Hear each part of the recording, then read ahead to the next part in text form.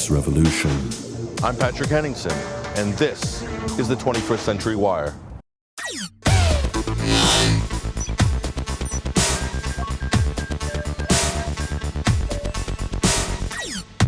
Information is power. Reconfiguring your reality. This is the new battleground. 21st Century Wire.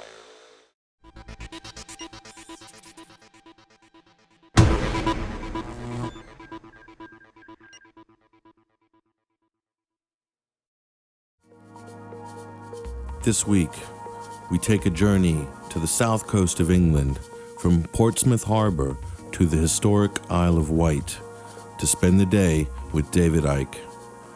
I've followed his career and witnessed the rise in interest in his work over the last decade, and often thought about what kind of man he was, about his motivations, and the impact that his work has had on millions of people worldwide. With so much ground to cover, I had to really focus on what questions I would ask him, and made a list of topics I'd hoped to cover.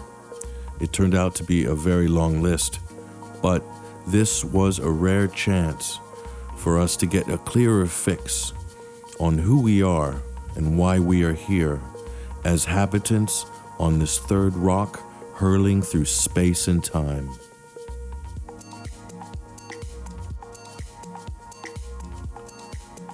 We finally caught up with David at Ryde Pier and began our day driving along the coastline of the historic island.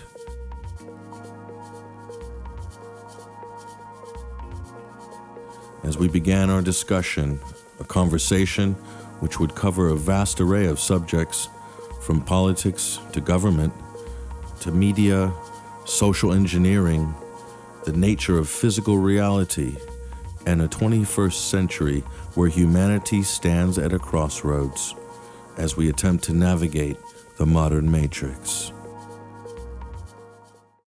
Very good to meet you. For me personally, it's an exciting thing because this game I'm in right now actually got started in 2001 when I was at home with the first smartphone looking through the web. All right. And I came across your website and davidicke.com, and that you opened a door to a path at that time in my life. So there's a bit of serendipity there. I think that's what people like me are trying to do. Well, certainly what I'm trying to do is not tell people what to think, but invite people to see that the world can be explained in very different terms to what they've been told all their lives. And you know, if what you're saying has any validity, then it will touch a nerve somewhere. And it's like, I have this phrase about the control system: they defend the first domino. Because, like, you know, when they have all these dominoes lined up and they push the first one, it pushes all the others down. So what they do is they defend the first domino. So, for instance, they have to suppress and ridicule alternative healing, because if it's shown to work and is accepted to work, then the next question is, why does it work? And suddenly you've got a whole new explanation for the human body and life, and the whole foundation of pharmaceutical medicine starts to collapse. So they have to defend the first domino. And in so many ways, it's a similar process with this information. Once the first domino falls in people's belief system, then others start to fall in this way. You know, if you can produce information, for instance, that shows people that even one major thing in their life, say 9/11 or climate change that isn't by human cause, is simply not true, and the evidence is convincing enough for them to say, I can see it, it's a lie. That's the first domino gone. Because the next one is, well, what the heck else have I been thinking that isn't true? And so we go. And this is the power of the information in starting that process. Because the last thing are trying to do in any area that I'm writing or talking about is to say, you know that belief system of yours, right, give it me here, okay, we'll put it there, here's another one for you. Yeah. It's not about that, you know, it's about just starting that process of people saying, actually, the world's not like I thought it was. Now, how much unlike I thought it was, is it really?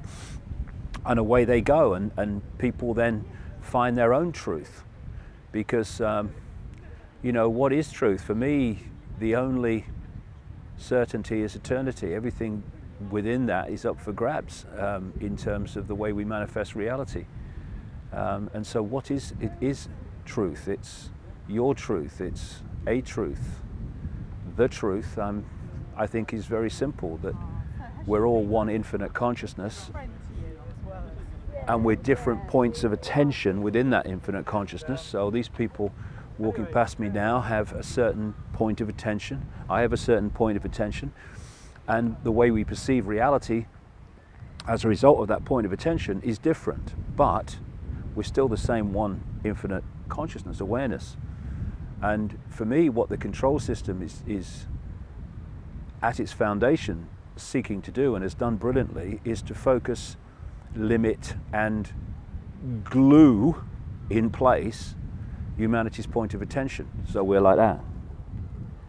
And this is what the media is doing all the time without knowing it, because their point of attention is being, is your point of attention being glued into place? Yes. Well, you'd make a very good journalist. You'd make a very good banker. You'd make a very good scientist. You make a brilliant politician. And the whole point of what I do is, the reason for it, I guess, is to unglue the point of attention so people can see that there are other alternative ways of viewing themselves in reality. And the control system will not be able to survive if enough people unglue themselves, because the glue is what holds the whole house of cards together, and we're the glue. That's the great news, because we can therefore remove it, and down it comes. But only if we take our awareness back and stop having it externally programmed so that we see self in the world in the way that suits mass human control. The idea of the matrix is a real contemporary, very powerful metaphor, right? And I know you've alluded to it many times, but in what way people kind of construct their own matrix, don't they? We live in a holographic reality, and one of the great characteristics of holograms is that every part of the hologram is a smaller version of the whole. This, for instance, is where alternative healing methods come from and what they're based on. When you see that the body is a hologram, every part of the body must be a smaller version of the whole. Thus, when reflexology and acupuncture says they can find points on the ear or the foot or wherever that correspond to different parts of the body, that sounds crazy to mainstream concrete science, but because they don't understand what the body is. But when you realize it's a hologram, those things must manifest. That must be so. You must find the whole body in different parts of the body. And in the same way, because it's holographic, if we have a matrix, there will be multiple levels of the matrix. As it actually said in the Matrix movie, the Morpheus character, when he said that the matrix was a technologically, in effect, generated dream world. So I think that that is based on fact.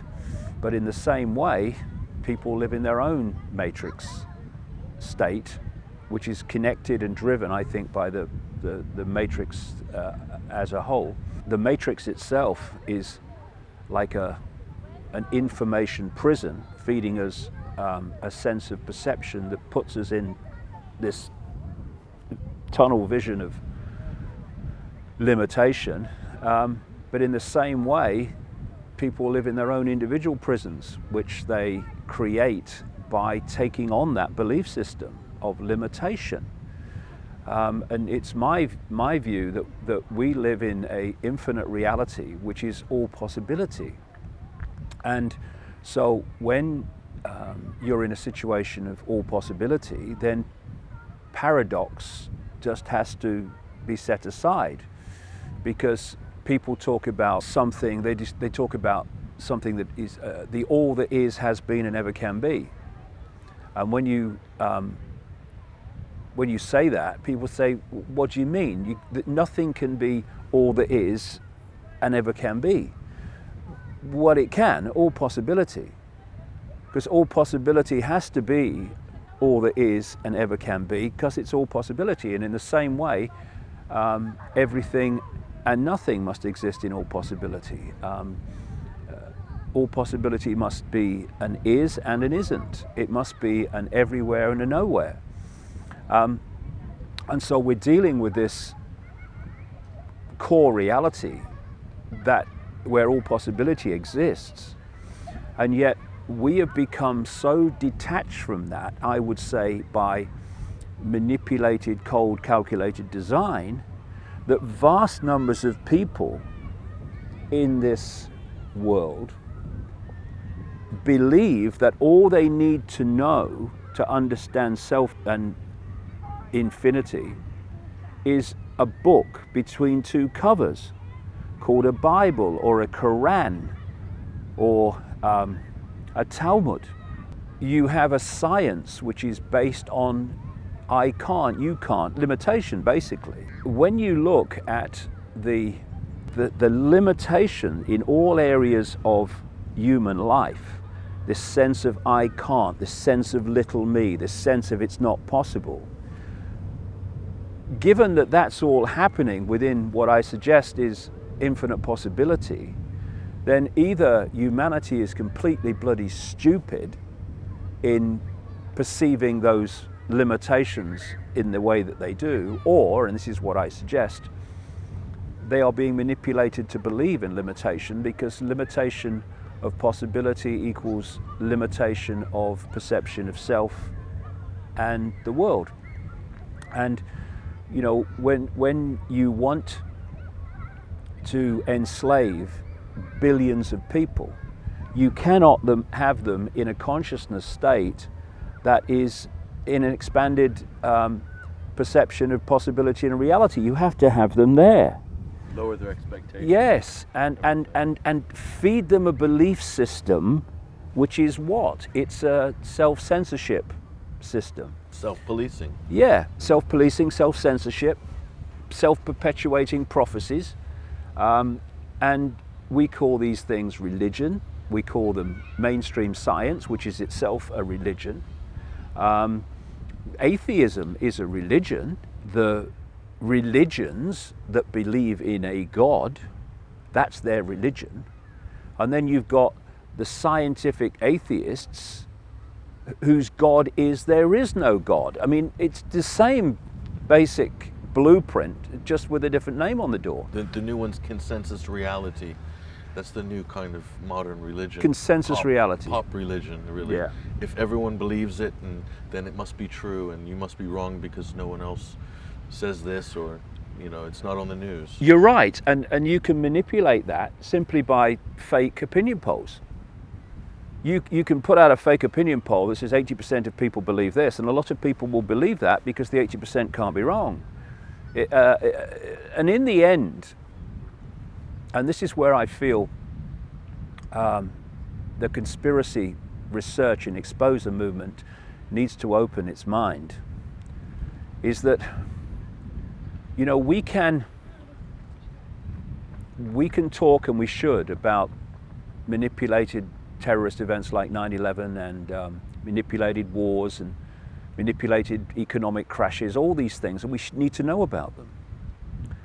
But they are not in and of themselves the origin. They are an expression of the origin of all this.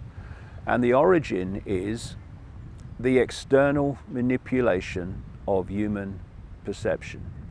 And you can see it at multiple levels. You can see it in the manipulation of belief in the fact that who we are is our name, our job, our family history, our life story, our income bracket, our color, our religion, and all this stuff, our politics.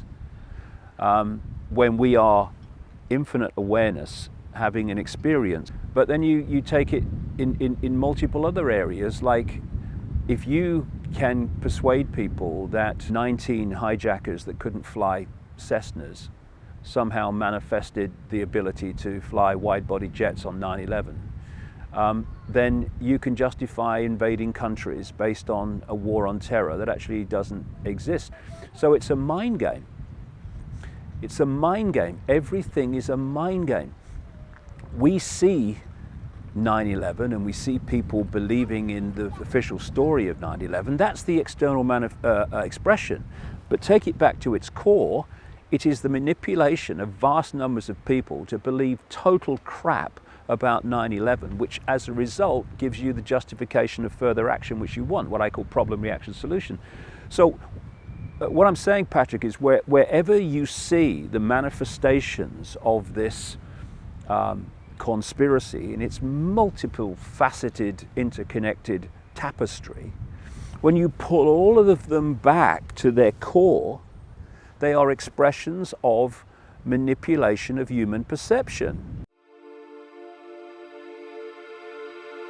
When we return, more revelations of a global conspiracy that threatens to bring the human race to its knees. Family network controlled corporations that are essentially working to the same agenda of human enslavement.